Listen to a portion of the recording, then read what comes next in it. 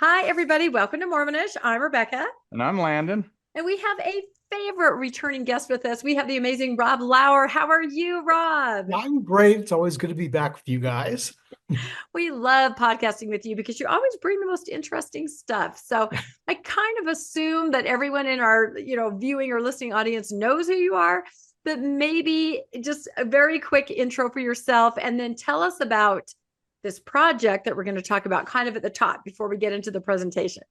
Hey, well, I'm Rob Lauer. I'm a professional playwright, theatrical director, also host and produce a local talk show here in Virginia.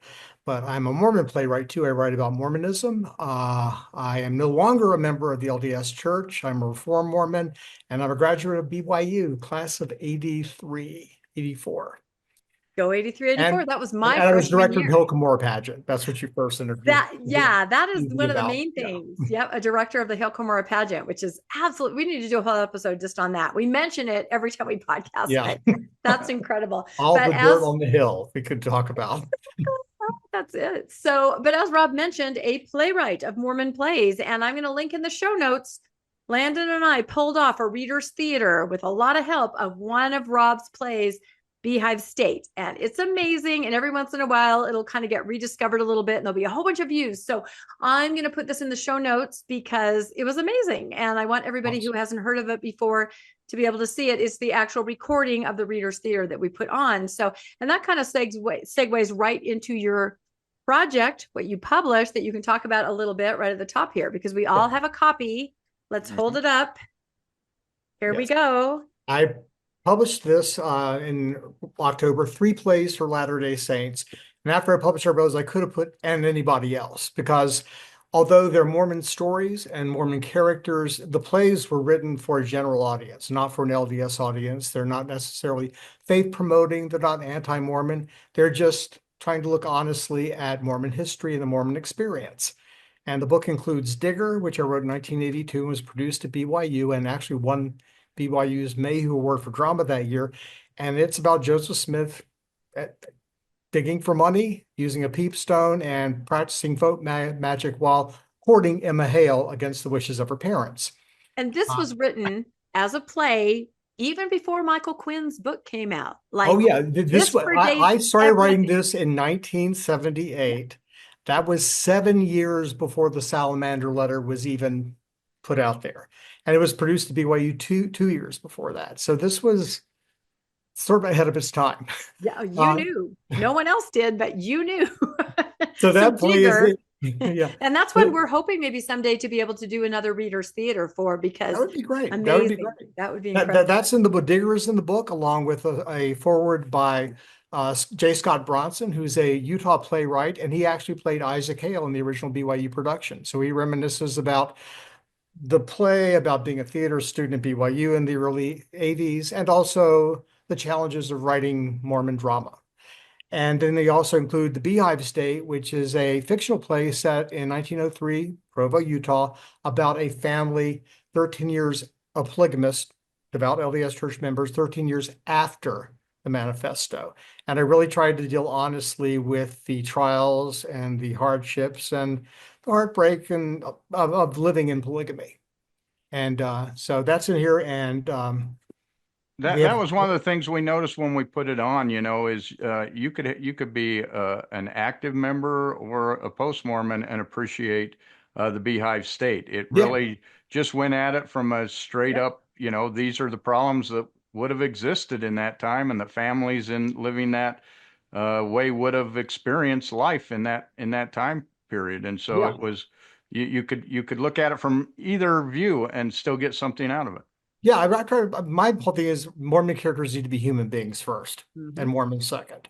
And and the Beehive State was produced in Virginia in 1989 by a non-Mormon theater company, and it was very successful and got very good reviews. And one of those reviews is in the book as well. Also, Stephen Carter from Sunstone, who has talked very favorably of both of those plays over the past 40 years, actually wrote the foreword for Beehive State. And then there is a third play, a one act that has not been produced yet, called The Blessings of Jacob, which is about a family of non-LDS family living in Salt Lake City in 1930. They're struggling, they're rather dysfunctional. And they get a caller. A gentleman comes to visit them on the week of conference, and they discover the truth about their family. And it links back to polygamy and a change in LDS church policy 26 years earlier that has sort of set this family on a collision course for tragedy. But anyway, those three plays are in the book. The introductions, I wrote prefaces to each of the plays, explaining what I was hoping to accomplish in each of them. And there's also an essay that I put in there called Mormon Drama, One Mormon Playwright's Perspective, where I give my ideas about what constitutes an authentic Mormon play or movie. This is just great. And tell everybody where they can find this, and we'll link everything in the show notes so everybody can go grab their own copy, because this is amazing. So you can get a copy at the website is www.mormonplays.blogspot.com. So Okay, we'll put that in the show notes for sure. Everybody go grab a copy. Rob's amazing. His writing is amazing. The plays are incredible. And also check out Beehive State.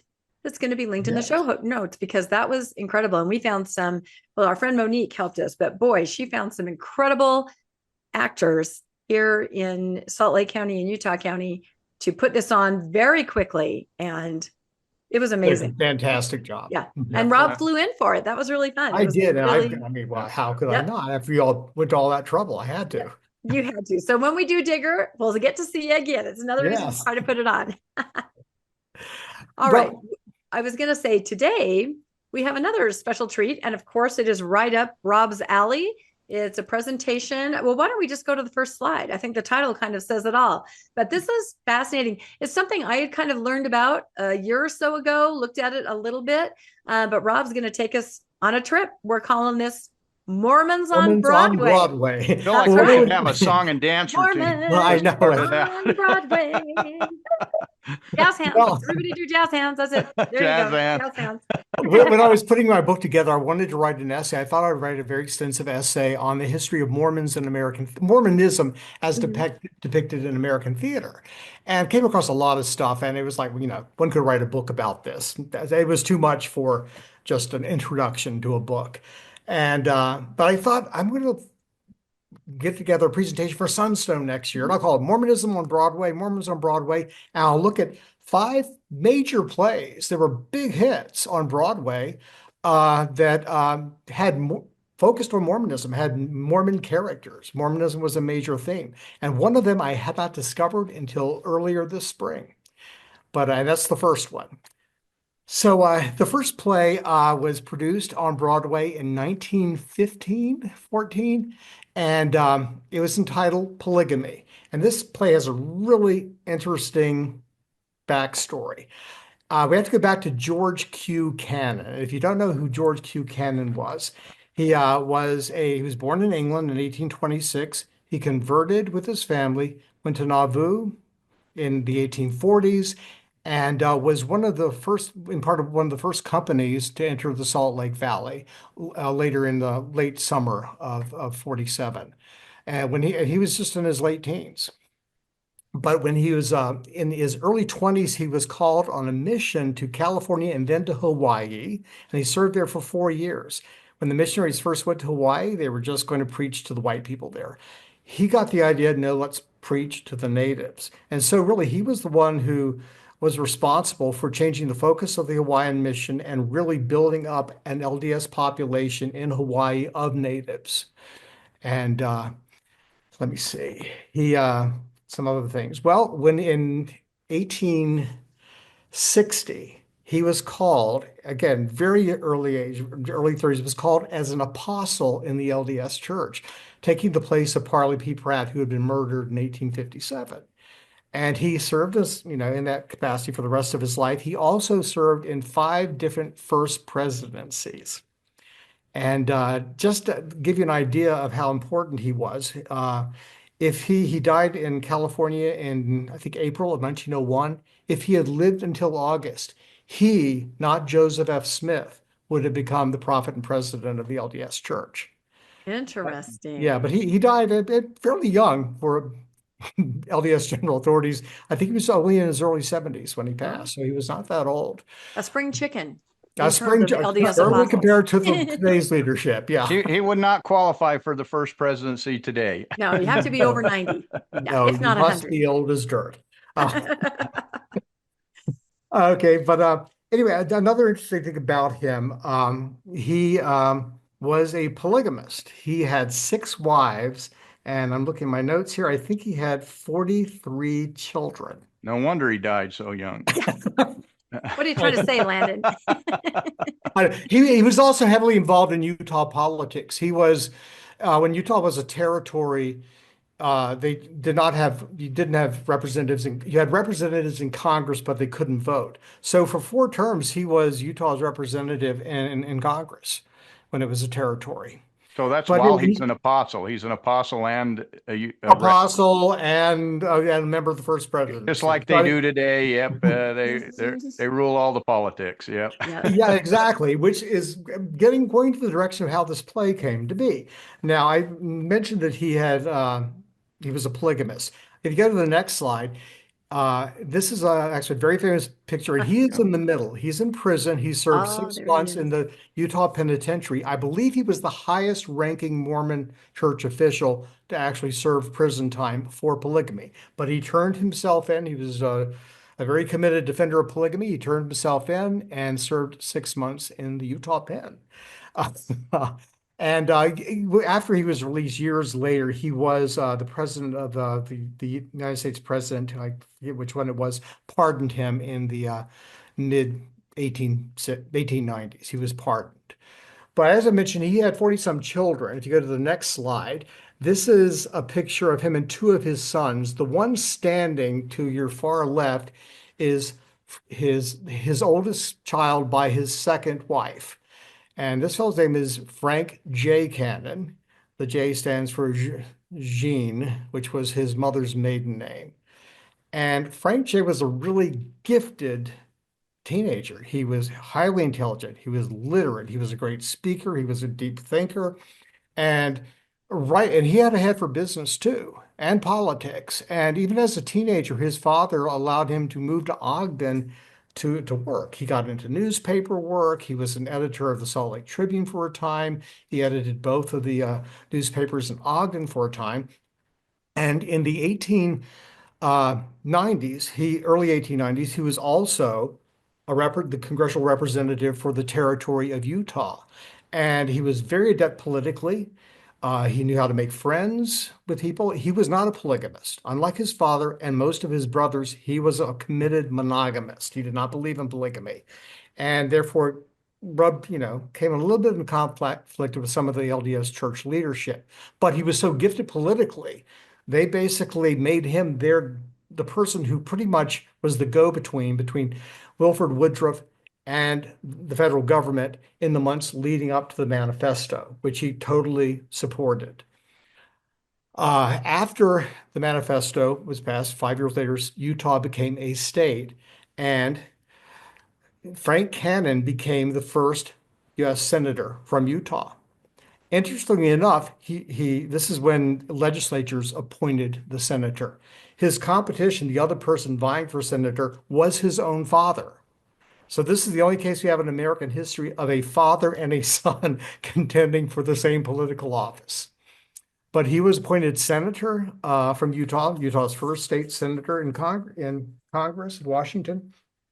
And while he was a senator, he voted against a tariff act that was going to put a 47% tariff on a lot of imported goods, among them sugar. Sugar. Yeah. Well, but now you're talking about Landon's pet project, the sugar beets. Dang it. The sugar beet cartel. We've been working on this for 2 years, but we just can't get it done.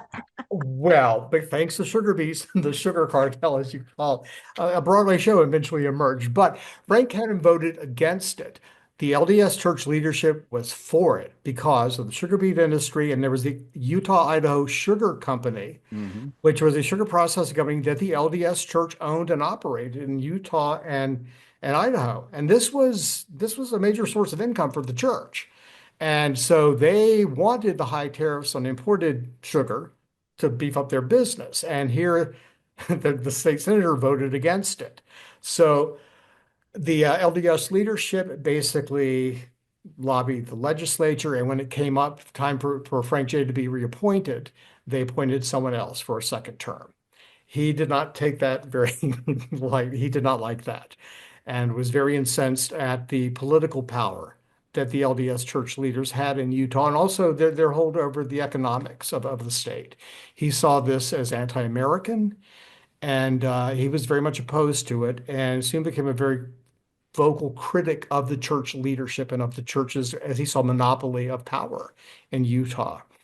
Sounds like my kind of guy. We actually just ran a episode on election night. That was an episode we'd done probably a year before that was all about Utah power and politics, and Frank Cannon was a big part of that. Oh, that I mean, episode. he was a major player. I mean, he, and until he became disaffected with the church after that first Senate term, he was, he was highly regarded within the church, even though many of the leaderships had issues with his stance on polygamy. But I mean, he was very gifted, and the church certainly used that to their advantage until he was no more useful, and then they basically booted him. And he left the church, became one of the nation's probably the foremost anti-Mormon lecturer. And it wasn't that he was necessarily so much opposed to Mormonism, the religion. He didn't approve of polygamy. It was the church and the way that the church used religion to control life in Utah and in the Intermountain West as well. The next slide, I think, is he needs a podcast. I tell you, that guy needs a fascinating. Yeah. Go on to the next slide, which I think is just another. Yeah, it's just another picture of him when he was senator. But in 1911, he wrote a book called "Under the Prophet in Utah." And that's the next slide. If you go to that. And basically, the subtitle was "The National Menace of Political Priestcraft." So he's using Mormon language here. And as he saw it, the LDS church had become, or was, inherently anti-American because of the priesthood controlling politics in Utah. Basically, go on to the next slide. This is a quote from him. If you go to the next slide, and this is how he viewed the church in Utah. Mormons live under an absolutism. They have no more right of judgment than a dead body. Yet the diffusion of authority is so clever that nearly every man seems to share in its operation and feels himself in some degree a master without observing that he is also a slave. And of course, this is an allusion to the priesthood, which is given to all LDS men who are worthy, and so that they feel that they're a part of the power structure, but at the same time, you're always have to be obedient to the priesthood leader above you. And so it's still very, you have this priesthood, but you can't really use it unless you're given permission by your priesthood authorities who are above you. And it's amazing how so little has changed in the last 125 years. No. You could describe it the same way today. Yeah, and that's why he calls this diffusion of authority clever, because it is, you feel as LDS man, you feel like you're empowered because you have the priesthood, but really you have no power to do anything until you get the permission of the person above you, who usually has to get the permission of the person above them. Yes. So on to the top of the church. In which case, what power do you really have when you have to get it from everybody above you? Exactly. So this book was printed, Under the Prophet in Utah was printed in 1911. And his co-author, if you go to the next slide, let me find my notes here. Okay, his co-author was Harvey O'Higgins, who was a nationally renowned journalist, novelist, and just a very respected writer who delved into and dealt with pressing social issues. He was particularly concerned about an advocate of women's rights. In fact, in 1912, he wrote a book called The Other House, which was about life under Mormon polygamy. And he got his information by basically interviewing women introduced to him probably by Frank J. Cannon, who had lived most of their adult lives in polygamy. These would have been older women at that point who had lived in polygamy for decades. And so he wrote that book. But later in the year, he and Frank decided, why don't we really attack the issue of LDS political power in Utah and write a play about this and produce it on Broadway? And so they began developing a play in which they entitled A Celestial Marriage. And it was basically meant to explore Mormon political power and social power in Utah, of the leadership of the church. But they did that through the prism of looking at polygamy. And let me see, going to the next slide. This is a poster for the play. It opened in December, I think, of 1914 and played for 6 months and was a big hit. It got great reviews, and it basically O'Higgins used. He said he used Frank J. Cannon's life and character as sort of a template for one of the leading characters. So if you move to the next slide, this is one of the first Act One, and it actually is it takes place in Salt Lake City. And what was unique about this, where a lot of silent films that dealt with polygamy usually were set in Western times and featured women in prairie skirts and sunbonnets, the stereotypical image that people had of Mormons at the time. Polygamy was set in modern day Salt Lake City among the wealthy Latter-day Saints, the people who went to college, who sent their kids back east to college, who had money, who were married to church and interwoven with the highest levels of church leadership. And so this is a quilting bee with some older, well-to-do plural wives together, along with some younger women. The main characters in the play are two young couples in their early 30s, married couples. And move on to the next slide. What happens is the two men are called in and basically pressured by the church leadership to take plural wives. One of them, the church is grooming to become a representative and a politician in Washington, but they want him to be a polygamist too. The other one, the character is basically modeled on Frank J, is opposed to polygamy, and the church is actually trying to punish him. Go to the next slide. This shows Act 3 of the play, and it actually takes place in the Council Room of the Salt Lake Temple. This is actually a pretty decent representation of what the Council Room in the Salt Lake City Temple looks like. They don't have the thrones over there that the first president is sitting in, but what it looked like before they tore it all out. What it looked like exactly. before they tore it down. This is a really good depiction, because I've been podcasting about, the renovation and gutting it and tearing everything down. Yeah. And I've been going through old pictures. This is very close. This is they were in the 1910s. There were some pictures, I think, taken inside the Salt Lake Temple. Mm-hmm. Yeah, I've seen. And the Council Room does look like this pretty much. There are windows. There are paintings of past prophets on the walls. There's an altar in the middle. And I said, it doesn't have the big throne. No, and it doesn't have the spittoons. There were spittoons in the celestial room, at least. Yes, there were. Temple. So, but you're so right. It's disturbing, or just different, kind of jarring, not to see the prairie dresses and the Western. That's how we think of polygamy, to realize that it went on long enough, that there were urban polygamists who were well off, who were the upper echelon of society, dressing well and sending their kids back east. That is very jarring, to think that polygamy was happening under those. And they were drawing. I mean, Frank J. Cannon was the official consultant on the play. One of the characters was modeled after him. And just so you don't think that they're showing his character as the good guy and the church is all evil, Frank J. Cannon, when he became estranged from the church and his family, various degrees, he loved a very loving relationship with his father, but they really disagreed over polygamy and the church itself, something I think a lot of ex-Mormons and nuanced Mormons can relate to. But Frank J. Cannon basically at times was given to drinking heavily because when he was under stress or depressed.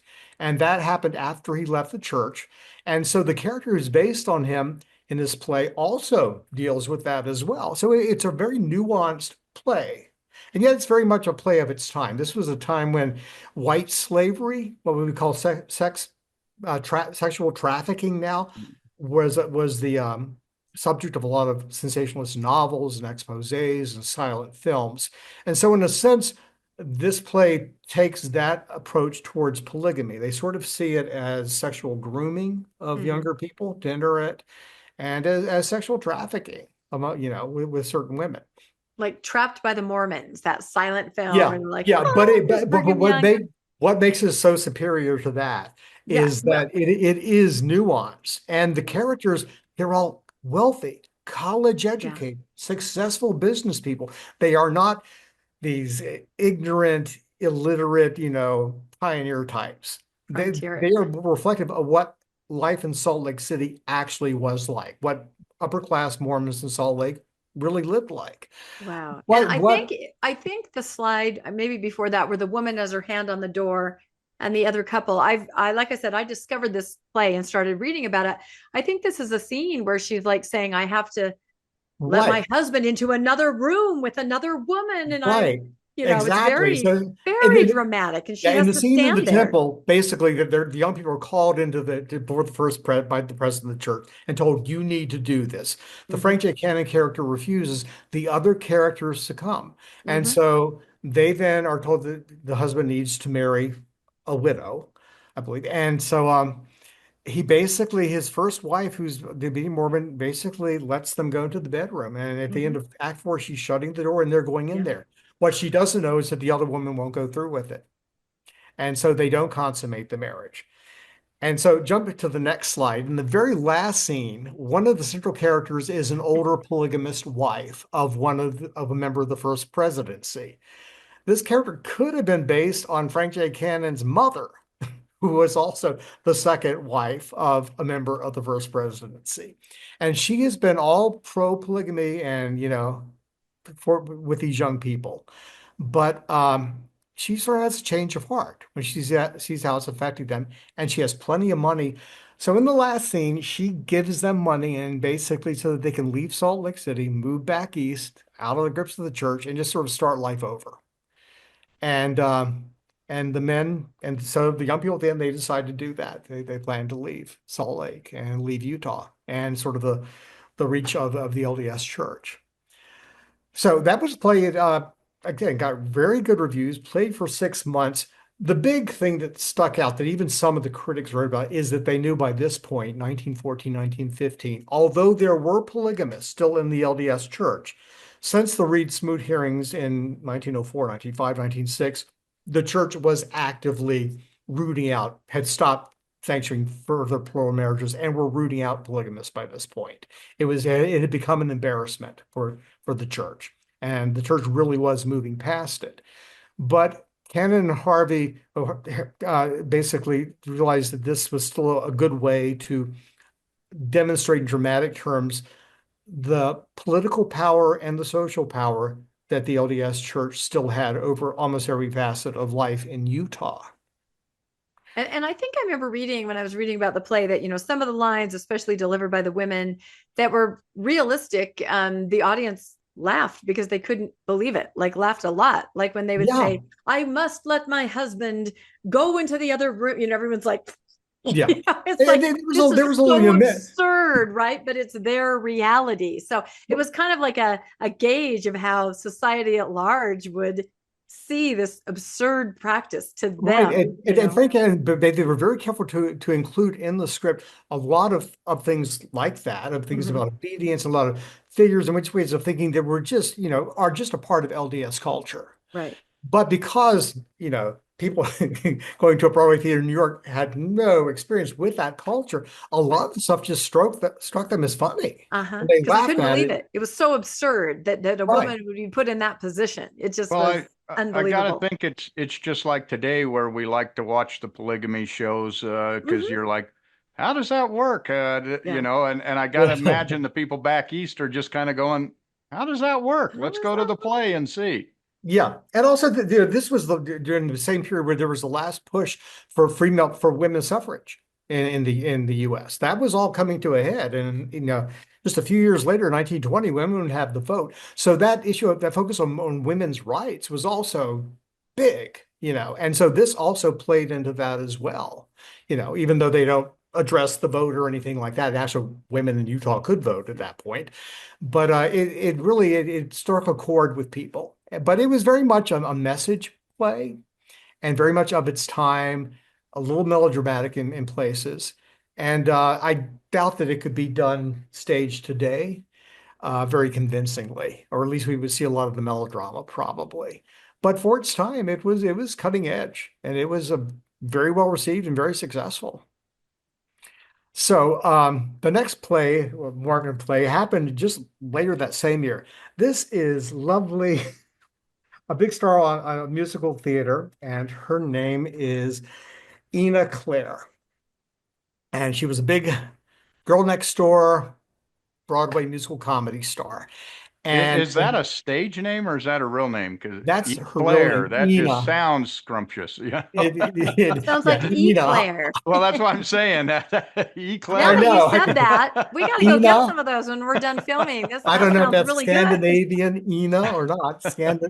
Ina Claire, but she was a big musical comedy star, and but not just in Broadway, but also in England and as well in London. And in London, she was starring in a new musical comedy entitled "The Girl from Utah." And in The Girl from Utah, Ina Claire played a Mormon girl whose character name was Una Trance. Which is Una even scarier. Una trance is in I am in a trance. Una Okay. trans. Yeah. Okay. And a musical comedy then was very different from musical now. Basically, the stories were sort of secondary. They were sort of a comedy sketch prolonged over 2 hours with a lot of musical numbers, often relating to nothing having to do with the story being thrown in.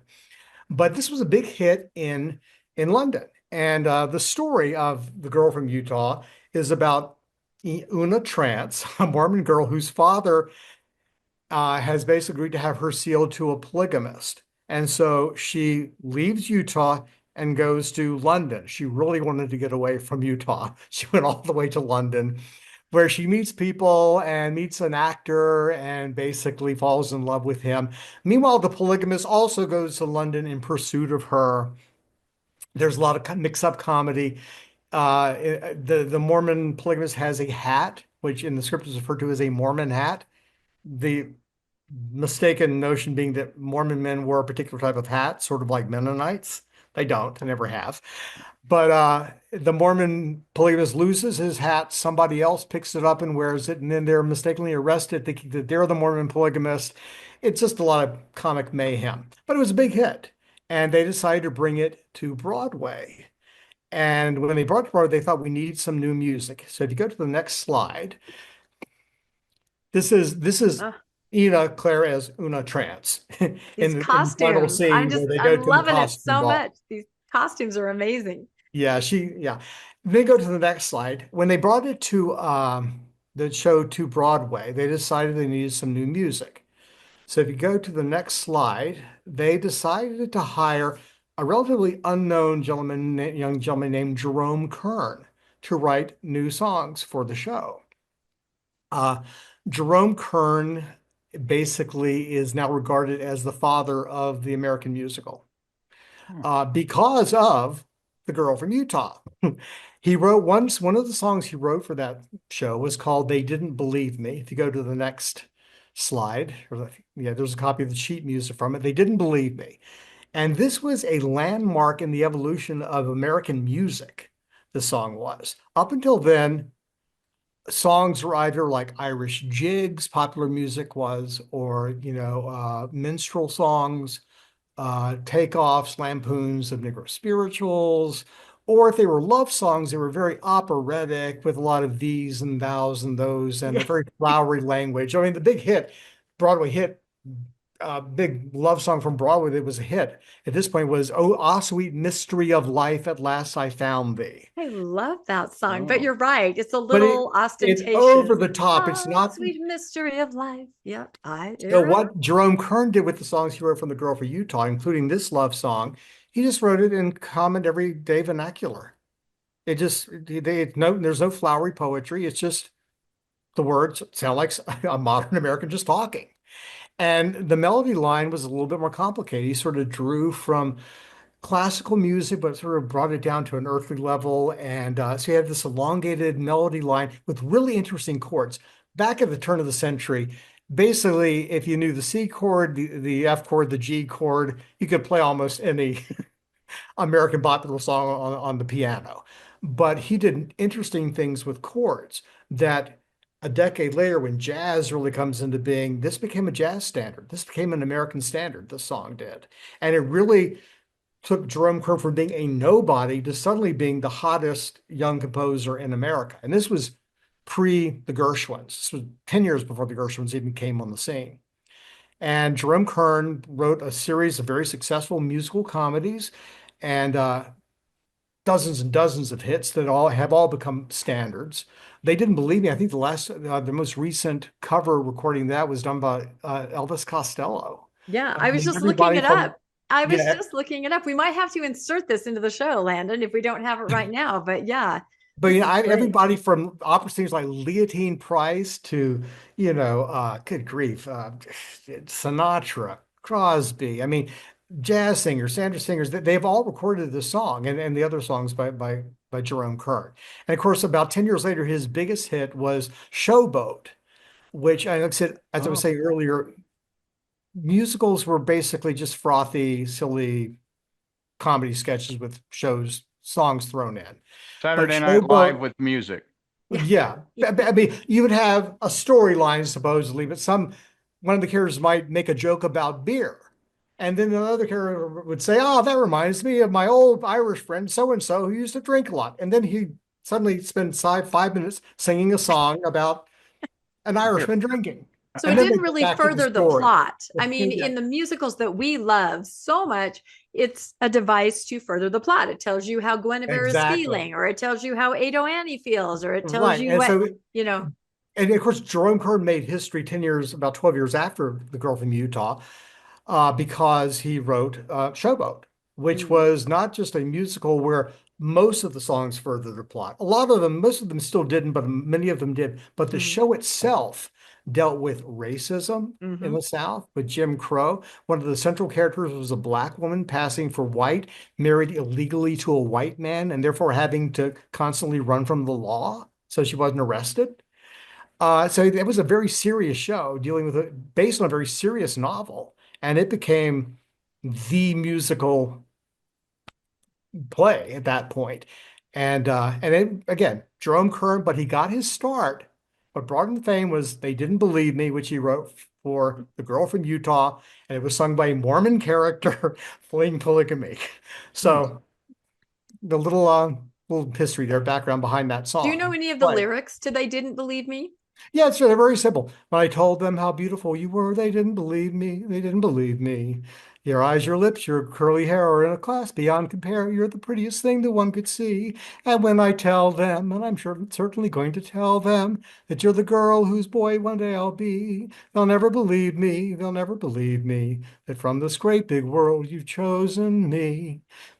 That's I love that. I didn't mean to That's sing so it. different. Yeah, But it no. has really interesting chords, and it's a beautiful song, and it can be done very quick and jazzy, or it can be really slow and moody. So you've had blues singers that have sung it, jazz singers, big bands, and just, even opera singers. That kind of sounds like my mission. They didn't believe me. Wow, okay, that can become good one, Landon. But you're going to have to write a musical, Landon. So we have to go back. Now we have to jump ahead about, good grief, into 1950 before you come across Mormons again on Broadway. So wow, that's a big. It is a big polygamy jump. went away, so they really had nothing to make fun There's of. nothing new. Well, one more thing. Although the Girl from Utah is forgotten, in 1947, MGM made a highly fictionalized musical biopic of Jerome Kern called "Till the Clouds Roll By," and in that, Dinah Shore, who was a bit popular singer at the time and in the 70s became the first female to have a daytime talk show, played Ina Claire, and they actually have her singing "They Didn't Believe Me" in a scene from The Girl from Utah in that movie. Interesting. So jumping ahead then to 1951 and these guys. A lot has happened since The Girl from Utah and 1950. Musical theater has changed. Showboat by Jerome Kern changed that. And then in the mid-40s, Rodgers and Hammerstein came along with Oklahoma, which took a previously just a straight comedy drama set about basically courtship and sex and violence in early 20th century Oklahoma, and they made it into a musical. But what changed that? All of the songs furthered the plot. All of the songs revealed character. Even the dance numbers furthered the plot. So you no longer had musicals where a story stopped for a musical number and then you went back to the story. Or the story stopped and you had a comedy routine and then you went back to the story. Everything in musicals now furthered the story. And this is what we know now as musicals. And that Oklahoma really changed everything. These two fellows. The guy on the left is Alan J. Lerner. The guy on the right is Frederick Lowe. Alan J. Lerner is a playwright lyricist. Frederick Lowe is a composer. And in 1947, they jumped on this wagon and they wrote a musical play called Brigadoon. It was a big success. And then they followed it up. Killing me. I fell in love with Gene Kelly in that. I'm a hopeless musical geek. I don't want to reveal it, but I'm revealing it now. Every song of every musical. Show here. Brigadoon. Yeah. And again, these guys, but that was their big hit. And it was 3 years later before they came up with a second show. And again, they were going to follow this new trend of a musical that had a story, it had characters, and the music and everything flowed from the characters and furthered the story. And so for their second show, they entitled it Paint Your Wagon. Go ahead to the next slide. Yeah, Paint Your Wagon. And this was set in California in the early 1850s in the wake of the gold rush.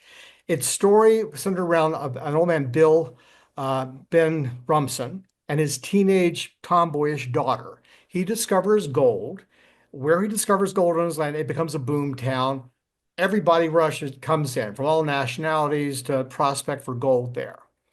And he's a little uneasy because his teenage daughter is growing up, and there are all these a town full of men with no women, and they're all eyeing her. And on top of that, she's developing a romance secretly with a Mexican. So you actually get sort of the interracial conflict in the story. Into the scene wanders a Mormon and his 2 wives. And I'm going to read just a little bit from the script itself of the play, the description of them. The Mormon's name is a really Mormon sounding name. His name is Jacob Woodling. And he's described as he's dressed like an itinerant preacher with a long black coat and flat top, broad brimmed hat. So they're going with the stereotype that Mormon men sort of dress like Amish. And then the wives, his face is framed by a neat but very unattractive beard going from ear to chin to ear. Elizabeth and Sarah are also about 30. Sarah is a smug, patronizing little woman with a cold and relentless eye. Elizabeth is attractive, but her physical endowments, unfortunately, do not include a large amount of brains. So their first scene together, it's made very evident that the 2 women hate each other, that Jacob prefers his first wife, and that probably hasn't even slept with the second wife, and she's sort of sexually starved. So they have a musical number at the end of their first scene. They're camping out in the mountains. They're about to bunk down for the night, and they say their evening prayers, and it's funny. The first verse of the prayer is, "Night is stealing over, and we kneel down to pray for a dawn of splendor and a glorious new day. May our tomorrow come without sorrow, be it ever so, we hope and pray, hope and pray." And then in her mind, Sarah, the first wife, prays, "Poor dear Elizabeth, her life is far from fine, but what care I? She's no relative of mine. She should have thought before she wore her wedding gown, but no, she went ahead and made her bed. Now she can't lie down. The dear is always working, and that's just how it's going to stay. That's what I hope and pray, hope and pray." And then Elizabeth sings, "I have some lovely dreams I'm longing to come true. We're on a lake of ice, and Sarah's falling through. Or we're on a hilltop, looking at the view. A happy 3 are we. Suddenly, whoops, there are only 2. And wouldn't it be charming when we're farming if she was cut down with all that hay? For that harvest I'll ever hope and pray, hope and pray." So the Mormons wander into this town full of men who have no wives. And when the men see that Jacob has 2 wives, they demand that he give them one. And because she's miserable in the marriage, Elizabeth agrees to be auctioned off. And so Ben Rumson, the lead, basically wins her. And they get married. And his teenage daughter is so disgusted by it that she decides she'll go back east and go to a finishing school to get away from all of this. And as the play progresses in Act 2, the boom in the town dissipates. People start to leave. Elizabeth is not too happy in her marriage, so she finds somebody else and runs off and divorces Ben and marries somebody else. And the daughter comes back and reunites with her Mexican lover, and at the end, they're together. So it was a standard musical comedy, but again, there were Central Mormon characters. The big hit song from the show was "They Call the Wind Mariah." If you go to the next slide, I love that song. yeah, and this was a lot of people know that. It was a huge hit from the show. There were a lot of hits, and a lot of the songs, because they sort of had a Western feel to it, were actually recorded in the 50s by what was then called country Western artists. It wasn't modern day country, but it was country Western back then. And in the 1960s, the Call of the Wind Mariah was actually had a big revival with during the folk music revival. A lot of folk singers were recorded it. What's his name? Shoot.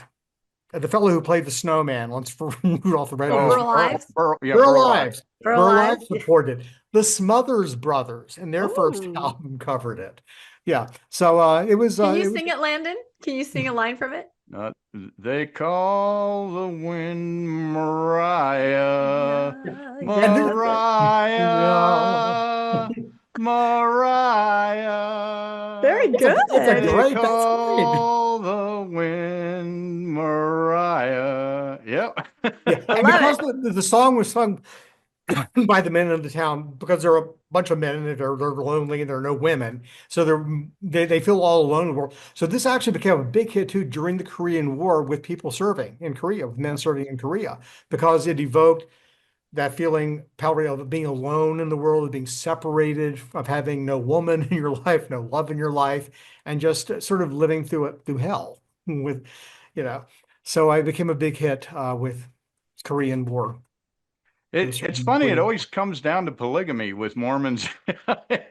Well, yeah, which brings us then to the film version of Paint Your Wagon. To go to the next slide, and this was made in actually, this is a scene from the play. This is the scene with Elizabeth getting auctioned off to the other men.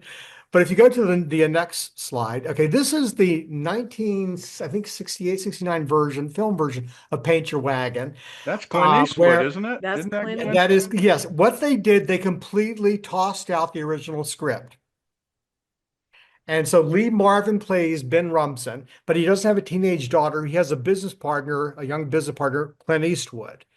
They did, though, keep the 3 Mormon characters. And the character of the Mormon wife, Elizabeth, who's a secondary character in the play, becomes the lead character in the movie. She comes to the town. She's auctioned off. Ben Rumson gets her. She just decides to stay with him because he's going to actually give her a home and and stability that she's never had. And in the process, after being married to him for several months, she starts to fall in love with Clint Eastwood's character, who also falls in love with her. Who wouldn't? Come on. And when Ben, he was gorgeous when then. Who wouldn't? They were both gorgeous. Lee Marvin Ben is the only one that doesn't belong in this picture. Yes. But when Ben finds out that the two of them they're in love with each other, he confronts them, and he tells Elizabeth, "You have to choose. You can't have 2 men." And she says, "Well, why can't I have 2 husbands? I was married to a man who had 2 wives." And the movie becomes an entire movie about polyandry, in which one Mormon woman has 2 non-Mormon husbands. So this was also renowned in musical film. He's among film musicals for being one of the worst film musicals ever made. It was a major production, had a great cast of people, none of whom could sing. I mean, when Clint Eastwood's a singer. They actually had one guy from Broadway, Harp Presnell, who sang "They Call the Wind Mariah." He was a great singer, but of the leads, Clint Eastwood is your best singer. So that tells you something about the quality of the music. But does he tap dance too, or no? No tap dancing, but there is it's a lot more lusty, a lot more provocative. This is the late 60s than say the Broadway musical was. And it was a major production. I mean, this was one of the big productions of the year, and it was a major flop. I mean, however, despite being that bad, it still has a not huge, but a sizable cult following among Clint Eastwood fans and even among some musical film fans. I don't understand it, but it does. Yeah, I've heard of Paint Your Wagon. I mean, that's yeah, a film. I always thought that was a film classic, but you're saying it's a kind of Well, a it bomb. it was a bomb at the box office. It was a critical failure. Yeah, but over the years, I think maybe because Clint Eastwood has become such a big star. Gene Mhm. Seberg died, I think, of suicide just a few years after this was made. Lee Marvin, of course, is a great actor. He just should never sing. Uh, but I think as Clint Eastwood became a major star, a lot of people discovered it on home video, and it has become, yeah, it's sort of a cult classic now, even though it really is, objectively speaking, a pretty terrible musical. It's not that good of a show of a song. I think everyone's heard of it if they don't even really understand what it is. They've heard Yeah, the they've title heard of "Paint it. Your Wagon," so Yeah, they know it's and a again, and musical. Yeah. they took some of the songs out, like the prayer that the Mormons have in the musical version, and the Broadway version that was taken out, and they introduced a couple of new songs that are nice. But again, a beautiful movie. I mean, the photography is beautiful, the acting is fantastic. It's just a terrible script, and it's too I, long, and nobody can sing. I never think of Clint Eastwood as a musical guy, Pell Rider, the musical, That, yeah. What's interesting is that Clint Eastwood's original objective when he was growing up, before was he wanted to be a jazz musician. He's a Really? gifted jazz musician and a composer. What does A he lot, play? well, what a lot of people don't know, he wrote a piano, but I think clarinet or saxophone. He has written most of the music for the movies that he's directed over the past 30, Hmm. 40 years. Really? Huh. So Yeah. he's musical in every other way. So you're not going to see a movie Yeah. like "Go Ahead, Make My Day" that goes "Make my day, make Yeah. my day, make my day, make my day." Right? That's not going to happen. Yeah, I mean, in this movie he sings the one love song from the movie, "I Talk to the Trees," which was sort of a big hit in the 50s as well. He sings that. He does an okay job. He can carry a tune. I mean, he certainly does better than the other two, but still, it's Wow. as a musical, it's not that great of a film. But anyway, so Paint Your Wagon was 1950, 51, and you have to jump ahead now, good grief, until the early mid-1990s before you come on to Mormonism again being depicted on Broadway. There is one small exception, and that is 1976, 77 musical Chicago, which was revived about 25 years ago and is still Yeah. playing on Broadway. And it was filmed in 2003 and was Best Picture of the Year. That is set in 1920s Chicago during the Jazz Age, and it follows the misadventures of several women who were going to prison for having murdered their husbands. And one of the big numbers in that show is called the Cell Block Tango, in which all the female inmates in the prison who were in prison for murdering their husbands or boyfriends do this musical number explaining why they killed their husband and how if you were in their shoes, you would have done it too. One of the women talks about how she met and married Ezekiel Young from Salt Lake City, and they were so happy. He'd go to work, and he'd come home. She'd make him his drink. They'd have a great time, and he was single, and that's why they got married. And then she says, "Single my ass." Not only was he married, he had 6 wives. One of those Mormons. So he comes home and I make him his drink, same as always, but some men just can't hold their arsenic. So Uh, she basically murdered the man she married because he was secretly a that's right. polygamist. Except for that reference, there really is nothing on Broadway about Mormons until 1994. To go to the next slide. You still come back to polygamy, it sounds like. Yeah, that's the This most one interesting didn't. thing about Mormonism. Yeah. Always will be. Yeah. Now this was not a musical. This was a very serious drama called Angels in America. The subtitle was A Gay Fantasia on American Themes. And it was written by Tony Kushner. It won the Pulitzer Prize for Drama. It's actually a 2-play series. The first play, Angels in America, Millennium Approaches, and the second was Angels in America, Perestroika. But it's one continuous story that's divided over 2 plays.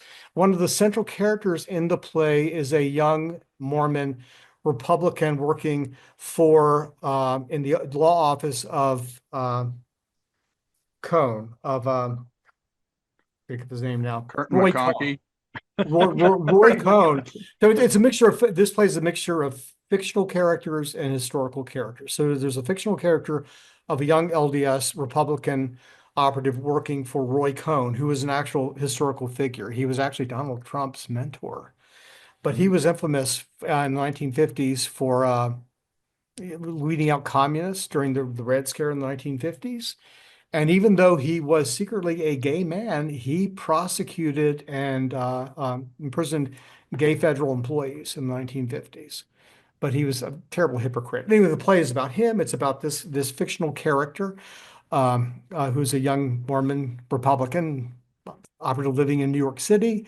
And then there is his wife, who's also Mormon, who is basically addicted to antidepressants because they have no emotional or sex life because her husband's closeted gay. And so they're major characters in the show itself. The other major character is a young man who is dying of AIDS. And this is set in the 1980s when the AIDS pandemic is just ravishing the gay population. And the play is really a diatribe, a polemic against Americans in general being just apathetic to that, but particularly the religious right, Republicans, and social conservatives.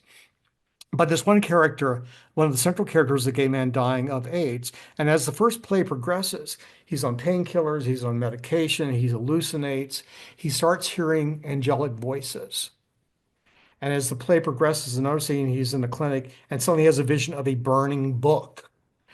And in the very last scene of the first play, he is in his bedroom at night, and suddenly there's an earthquake, everything gets weird, and an angel crashes through his ceiling and stands over him in the air and says, "Hail, prophet, the time has come, the messenger has arrived." And this gay man is called in his bedroom by an angel to be a prophet.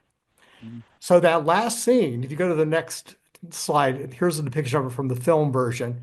It is a total replay and reworking of Moroni appearing to Joseph Smith. And so the title of the play actually is derived from that Mormon story of angels in America.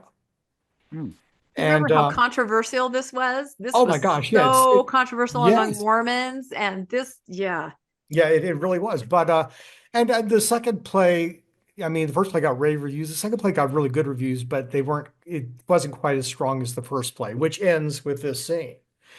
But and then there were a lot of inaccuracies, just things that I did about Mormons. I mean, just little things. But overall, it's still it's a powerful play, and it's still produced mostly by gay theaters, but also by a lot of universities and colleges still produce it 30 years later. I have not seen this. Yeah, have and you seen it? In 2003, it was made. Mike Nichols made it into I think a two-part movie on HBO. On HBO, that is what I saw. I have not seen the play, but I have Meryl seen. Streep is in it. Yep. She plays the Mormon character's mom. Al Pacino is in it. Yep. Uh-oh. I think Rob froze for a second. Yeah. But yes, I just remember how incredibly controversial it was. Like everyone was saying, don't see this, don't watch it. They're mocking Mormonism. So of course I wanted to watch it right away. It's so provocative and there's symbolism throughout. It's a really, really interesting play. Absolutely fascinating. But you never saw it. Nope, I'm going to have to go see it this Christmas season. That's it. I'm sure we can find it on HBO or Showtime. I mean, it's probably on Netflix, that we can go see it. But yeah, it's disturbing in a lot of ways, but extraordinarily provocative. I love Rob because he just brings this whole perspective that there's always been theater. There's always been curiosity and interest in Mormonism in the theater from the very beginning. And as we podcasted with Lee Cronenbuehl several times, Mormons themselves were kind of trendsetters and pioneers of theater from the very beginning. And we see that now too. How many actors and actresses have LDS backgrounds? Usually they don't remain LDS, but they have their background there. Just there's so much support in the theater realm from Mormons, I think. Yeah, since we have talked with Lee, I had no idea how important of a role Mormons played in the theater. And you don't usually think of that because they seem to be the antithesis of theater nowadays. And whenever you see a Mormon play, and I'm trying to think if there's any, and by Mormon, I mean, ones that active Mormons produce. They never hit any hard hitting questions. They always seem to be very fluffy and very light. Mobsters and Mormons.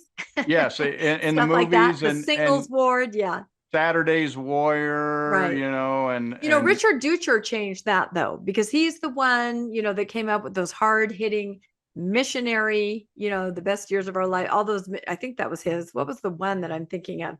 Yeah. Really hard hitting missionary ones. And so Brigham City, that was another one. So he kind of bucked the trend a little bit, but you're right in general. Yeah. Yeah. You have the happy songs, the shout, we'll shout for joy, you get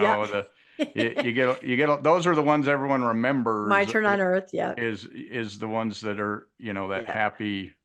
Yeah.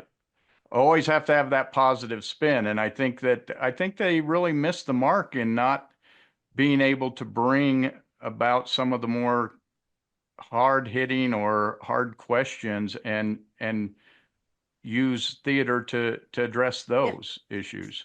Well, theater is like, we always talk about paintings and art in Mormonism. We all know there were golden plates. Yeah, we just kept talking, Rob. We all know there are golden plates because we saw those pictures, right? We saw portrayals. So we're kind of talking about how important the visual is in Mormonism, or to portray a message. So yeah. It's very, very true. Yeah. Very so.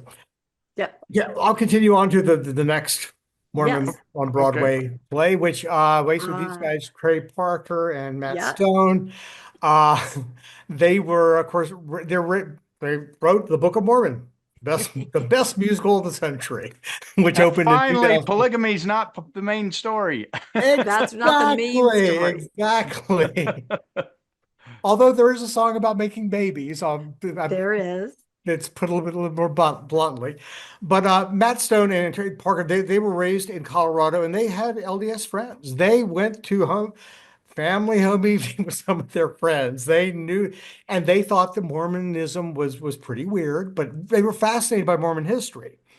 And their view was, okay, yeah, it's weird, but all religions are weird. And if the religion makes you a good person, who's going to criticize it? And so that was their approach. Before they wrote the Book of Mormon musical, they actually, when their first film was called Orgasmo. I remember that. It came out in 1997, and it's about a very naive Mormon missionary serving in Los Angeles who knocks on the home of a porn producer and is then sort of seduced into appearing in a porn film as a pornographic superhero Orgasmo. Nothing in this film bore any resemblance to actual Mormon life. No. But a few years later on South Park, there was the episode famously entitled All About the Mormons, which was a musical about the gold plates and Martin Harris and his wife's opposition. Yeah, dum dum dum dum dum. Yeah, and we all laughed at that, and they told us not to watch Martin Harris, dum dum dum dum. Martin Harris, smart. Yeah, no, we laughed at that, and they told us not to watch it, and they said it had nothing to do with the church. Years later, we find out it's the actual truth. It was the actual history. It was an accurate, it was an accurate history, an actual narrative, not exactly made up narrative. Yeah. But the Book of Mormon, I know some people, some LDS people are totally offended by it. I'll be honest, most of the Latter-day Saints I know, including the active Latter-day Saints I know, love it. Yeah. You go to the next slide. Here's just a scene from the but it's basically about two very naive Mormon missionaries who are sent to Uganda, of all places. Just devastated by the AIDS pandemic, by disease, starvation, tyrannized by local warlords. And these two white Mormon kids from Utah have no idea how to deal with any of this stuff. They are so deep in the water. They're so out of their league. But the one, there's sort of the A personality type go-getter missionary there in the middle, and then there's his companion in the back, Arnold, who is just a complete nerd. He knows nothing about the church, really. He's a big science fiction, fantasy nerd, loves Disney films. Um, and as the story progresses, the head Mr. sort of gets a meltdown and runs away, and leaving Arnold to do everything. And Arnold basically has no idea. So when these people start coming up to him with real life problems, he just starts making crap up. And it's sort of a mixture of Mormon scriptures and Mormon myth with superhero stuff and science Star fiction, Wars. fantasy. One of the big things, one of the things, for instance, in this play that they touch upon was that in the 1980s, 90s, when AIDS epidemic first took hold in Africa, among the more primitive rural tribal areas, the local physicians and shamans were saying if you had AIDS, you could be cured if you had sex with a virgin. And so the mythology was that then people with AIDS would basically have sex with children, even babies, in order to get cured. And so one of the jokes is that some of the more crass figures are going to basically they're going to go have sex with the baby. And Arnold say that he goes, no, no, no, you can't do that. And he goes, what do we do? And he goes, you have sex with a frog. And he brings them the whole salamander thing from Joseph Smith and about, yeah, Joseph Smith had a magical frog and this would cure you of AIDS. And so he starts making up stuff to basically save the people from their superstitions, but also the stories start to give them hope and they believe them. So, and they start baptizing these people. It's a huge success. So the mission president comes and the newly baptized members are going to present a pageant on church history. But it's church history as Arnold taught it to them. So there's things about a magical F frog and, Brigham Young. And it's a big mess. And the mission president's horrified, basically excommunicates all the missionaries on the spot. But the people say, well, listen, we knew this wasn't actual history, but hey, it gives their life meaning. And so the last scene is all the people are now missionaries in Uganda, and they're trying to sell the Book of Arnold. What's so fascinating about the show? It really is the Joseph Smith story. Arnold is sort of a stand-in for Joseph Smith. Look at it. They both come from families that are highly religious. They both are sort of failures. They both have an interest in magic and the supernatural as well as religion, and they both mixed the two to come up with a new book of scripture. So Arnold really is sort of the latter-day Joseph Smith, a 21st century Joseph Smith type, played for comedy. I think it's a very joyous, happy show. I love it. I am not offended at all by it. And, the very last number were all Latter-day Saints. I mean, it's about being happy because they're Latter-day Saints. It's a celebration of Mormonism, albeit also pointing out all the weird stuff in the faith as well. So I love it. And I like how the church kind of spun it, how they said, now they put an ad in the program for the Book of Mormon, meet a missionary. And they said, now you've seen the play. Bought a billboard on Times Square. And and a billboard. For years. Yep. They you came out the theater, you've seen the musical, now read the book. I thought this is back when they had a sense of humor. Well, it did. Whether they did or not, their PR people told them. Yes, back when you could do that. Now it's also locked down so seriously. I heard there's actually like because of this. I mean, some writers are terribly offended by it. Joplin, the guy who wrote the journalist who wrote the Mitt Romney biography a couple of years ago, he was he did not like it at all. He was very Kay Coppins. He was upset. Yeah, I can certainly see it. It is obscene. I don't think I've ever seen a more obscenity-laden show. But as one of my Mormon friends said, but their heart is so kind. Their mouth is foul, but their heart is so kind. I've seen it twice. I've seen it 2 times. And I know that a couple of years ago, they had to kind of take it back and retool it for some of the racial elements, but the Mormon part, you could tell that those who wrote it had an affection for Mormonism and understanding of Mormonism. And it was endearing and charming. The parts, I mean, Spooky Mormon Hell Dream, it's wonderful. And the music is incredible. Who doesn't turn sing, it off? I believe, turn it off. Is there right? We all sing it. I mean, turn it off. I mean, good God, that could be an anthem for every closeted LDS person. Yep, it absolutely could. I mean, and it's also just that Mormon mentality of, of being always being positive, Yeah. just You know, turn off, that look at the bright side. that's a good point because, you know, whenever you talk to Mormons, they always say, "Oh, the world just so respects us. They just love us." And yet we look at the Hollywood or the Broadway shows, and every one of them is looking at them as, oh, they're a little weird, and Yeah. almost a comedy and a laugh at them as opposed to a respect for their belief. But the second time that I went to see this, in intermission, I noticed there were a whole slew of young men, not necessarily together, but who were there with friends, and they were all dressed like Mormon elders. Yeah. And I talked to one and I said to her, are you not Mormon? She goes, no, no, well, we're just for tonight. We love this show. We're Mormons for tonight. So they were actually wearing black ties and pants and white shirts, and they made their Right. name tags for themselves with elder, so and so on. A caricature. So I mean, these were non-Mormons.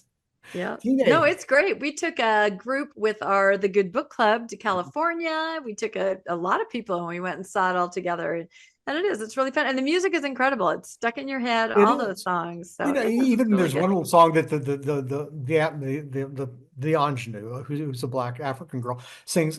She's singing. I think it's Salta Lake City. It's basically a Salsa phonetic Lake. policy, but it's a Yeah. very touching little ballad that Yeah. really resonates, probably with the idea that a lot of Mormon converts had in the 1800s about coming to America and going to either Nauvoo or Utah, Mhm. where they were envisioning going to this place where human life has worth, is what one of the lyrics says, but where life is better and people are kind.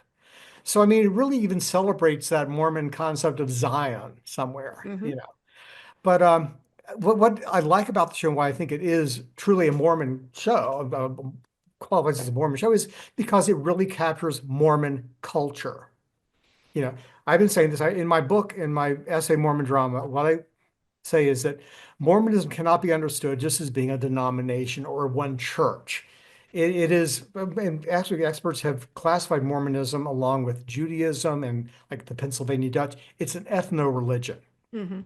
You know, the ethno-religions usually take place when members of a religious community separate from the rest of the world, live separated for a certain amount of time, and develop their own mores and customs, and then tend to just marry within that religion. But that's certainly what Mormonism has always been. And the result of that is you get a unique new culture. And my view is that anything, any play, any drama, any movie that deals with that culture honestly, that shows those Mormon characters for being real three-dimensional human beings, is successful, is a Mormon drama. A Mormon drama does not have to be faith promoting. It doesn't have to have an agenda. It doesn't have to be anti-Mormon. It just has to show Mormons as three-dimensional human beings and as characters who are interesting. And whether an audience should not have to know anything about Mormonism or believe in Mormonism to go see a Mormon play, any more than you have to be Jewish or believe in Judaism to appreciate Fiddler on the Roof. Mhm. But for some reason, Latter-day Saints have traditionally thought that a Mormon play has to be faith promoting, it has to be a missionary Right. tool. And when a play or a film becomes a missionary tool or just a vehicle for a message of any sort, it becomes propaganda. That Mhm. suddenly getting the message across becomes more important to the writer than exploring human beings who just happen to belong to a particular religious community.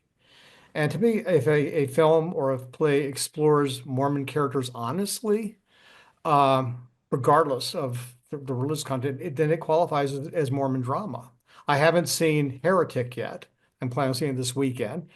I'm not a big fan of gore. I like Yeah. suspense films, but I don't know if like graphic violence. But I mean, I've been really impressed with the trailers for that, and I would classify that as a Mormon film. That is as much a Mormon work of art as Saturday's Warriors Mhm. or any of those other shows. No, I'll be curious to hear what you think of Heretic because I think that the characters were very authentic. Yeah, Like they were very authentic, almost that's my too much. impression too. Yeah. So yeah, you'll have to tell us what you think about Yeah, that. But I think your whole point of view right there brings us right back to Rob's plays because yeah, that's exactly how you write these characters. They are yeah. Mormon. It's their culture. It's an ethno religion. But you're not pushing an agenda or anything. You're just telling it how it is in the plays. And that's why they're so authentic. And I encourage everybody, I am going to link Beehive State in the show notes. If you have not taken a look at this, please get some popcorn and sit down and do it, because it's a masterpiece, just like what you're describing. Just a character, the family in the early 1900s, still living polygamy, but some of the, next generation don't want to. And there's that conflict, but not preaching, no agenda, pro or con, just people living their lives. And it's very powerful. I love it. Do you have any final thoughts, Landon, on this? This has been so good. Yeah, I was just thinking as I thought along that way, a very other Mormon thing to do is that whenever something is made about them is to fight back against it and say they're being persecuted. That's a very Mormon thing. And we see that with heretic, oh, look what you're doing. And if you're going to say that you're a global church, which the Mormon church wants to do, and say they're a major religion, part of being a major religion is just being part of the landscape, and that you can be portrayed and nobody looks at it as, oh, those are Mormons or this is a Mormon film. They just look at it as it's a character in the film. And you look at the Catholics, when there's Catholic characters in dozens of horror films, nobody sits and says, we're being persecuted as the Catholics. Or no, I know it. I know. I mean, look at all the Catholic and Jewish comedians. Yes. Who identify as Catholic and Jewish. Yep. They're not anti-Catholic, they're not anti-Jewish, whose acts revolve around the trials and tribulations of having been raised with Catholic or Jewish guilt. Yep. Or just the things in their culture. I mean, that's part of being a religion. An acceptable religion is you're going to have to learn to laugh at yourself, or allow other people to laugh at the things that run contrary to the cultural norms outside of your faith.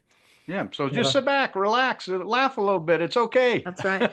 Well, on that, I love it. I think it's just genius that you chose for the net title of your podcast, Mormonish, because I mean, you're Mormon still. You're not active LDS. You're not believing, but culturally, come on. Yep. I think a lot of people leave the LDS church because, as cultural Mormons, they were taught to be honest. They were taught to have integrity. And when they come across the lack of that in the institution, it actually goes against their Mormon core.